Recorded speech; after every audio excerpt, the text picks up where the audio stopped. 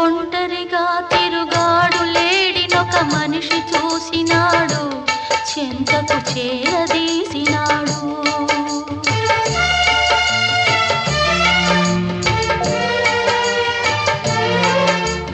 అభమో శుభమో తెలియని లేడి అతనిని నమ్మింది, తన హృదయం పరిచింది.